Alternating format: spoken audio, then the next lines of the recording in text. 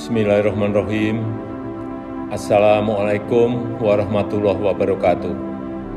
Salam sejahtera bagi kita semuanya. Om Swastiastu, Namo Buddhaya, salam kebajikan.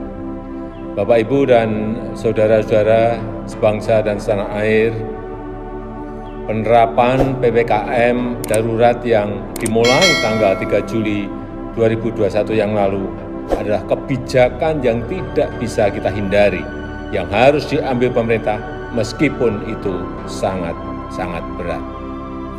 Ini dilakukan untuk menurunkan penularan COVID-19 dan mengurangi kebutuhan masyarakat untuk pengobatan di rumah sakit, sehingga tidak membuat lumpuhnya rumah sakit lantaran overkapasitas pasien COVID-19, serta agar layanan kesehatan untuk pasien dengan penyakit kritis lainnya tidak terganggu dan terancam nyawanya.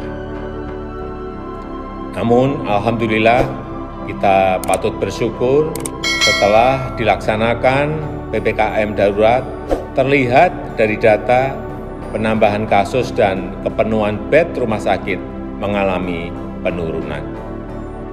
Kita selalu memantau, memahami dinamika di lapangan, dan juga mendengar suara-suara masyarakat yang terdampak dari PPKM.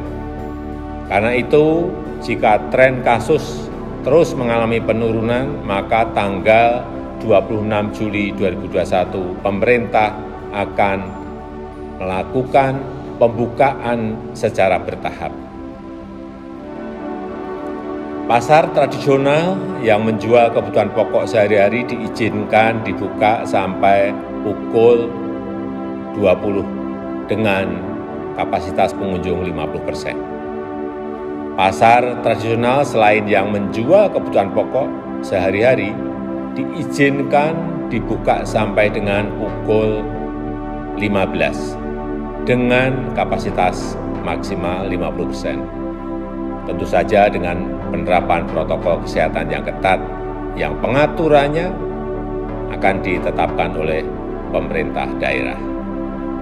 Pedagang kaki lima, toko kelontong, agen atau outlet voucher, pangkas rambut, laundry, pedagang asongan, bengkel kecil, cucian kendaraan, dan usaha kecil lainnya yang sejenis diizinkan buka dengan protokol kesehatan ketat sampai dengan pukul 21 yang pengaturannya teknisnya akan diatur oleh pemerintah daerah. Warung makan, pedagang kaki lima, lapak jajanan, dan sejenisnya yang memiliki tempat usaha di ruang terbuka diizinkan buka dengan protokol kesehatan dengan ketat sampai pukul 21 dan maksimum waktu makan untuk setiap pengunjung 30 menit. Sedangkan kegiatan yang lain pada sektor esensial dan kritikal, baik di pemerintahan maupun swasta serta terkait dengan protokol perjalanan akan dijelaskan secara terpisah. Saya minta kita semuanya bisa bekerja sama bahu-membahu untuk melaksanakan PPKM ini dengan harapan kasus akan segera turun dan tekanan kepada rumah sakit juga menurun. Untuk itu, kita semua harus meningkatkan kedisiplinan dalam menerapkan protokol kesehatan, melakukan isolasi terhadap yang bergejala, dan memberikan pengobatan sedini mungkin kepada yang terpapar. Pemerintah akan terus membagikan paket obat gratis untuk OTG dan yang bergejala ringan yang direncanakan sejumlah 2 juta paket obat. Lalu bagaimana bantuan untuk masyarakat yang terdampak? Untuk meringankan beban masyarakat yang terdampak, pemerintah mengalokasikan tambahan anggaran perlindungan sosial Rp55,21 triliun berupa bantuan tunai yaitu BST, BLT Desa, kemudian PKH, juga bantuan sembako, bantuan kuota internet, dan subsidi listrik diteruskan.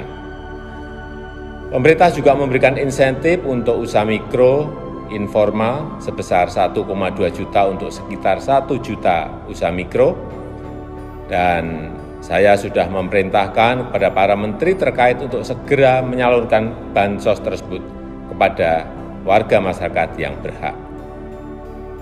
Saya mengajak seluruh lapisan masyarakat, seluruh komponen bangsa untuk bersatu melawan COVID-19 ini.